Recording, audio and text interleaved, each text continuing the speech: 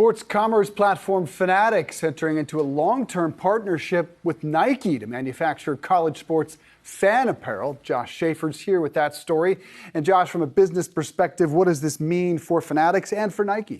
Yeah, Dave. So when we talk about this deal, of course, we're talking about Nike and college athletics. Those are big teams, right? So when you look at the Final Four this year, March Madness, that whole tournament for the men's and women's, over half of the teams in the men's and women's college basketball tournament this year were Nike brands.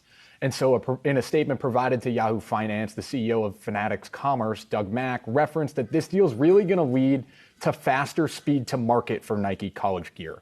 And a Wall Street analyst I spoke with, Christina Fernandez, over at Tesla Advisory Group, echoed that same sentiment, noting this is really about expanded assortment and faster speed to market. When we think about this move, though, in kind of a broader sense and what Nike's doing, this is about Nike kind of getting out of China overall in their supply chain, diversifying that a little bit, and also just building out their college brand. They're going to be able to do more now. They're going to have more teams. You can sort of give more of a little bit of a fan experience. And the other thing, it's probably going to help them in their bottom line once this eventually happens in 2024. And Josh, how much of this has to do with name, image, and likeness? Because we've seen a number of these companies push even further into college sports. Clearly a huge opportunity for both Fanatics and Nike here. Yeah, it's a huge opportunity for Nike, right? When you talk about the fact that they're now a more attractive brand to schools probably, because Fanatics has that big email listserv. They really know how to get out and attract customers. So now if you're Nike, you're closer partnered with them. It really helps Nike from that sense. And Fanatics has this cool deal now with the jerseys. You can customize jerseys on Fanatics for college players.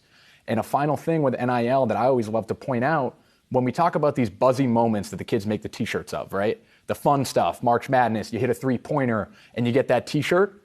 Well, if you're partnered with Fanatics and you're partnered with Nike, you could get official Nike licensed gear now quicker.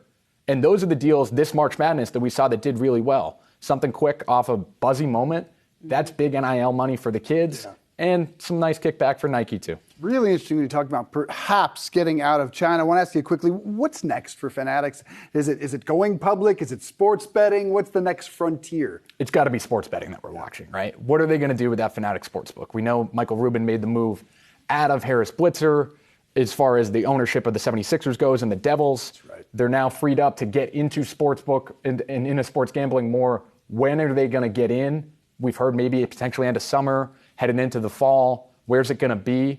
I'm interested to see what happens come NFL season, Dave.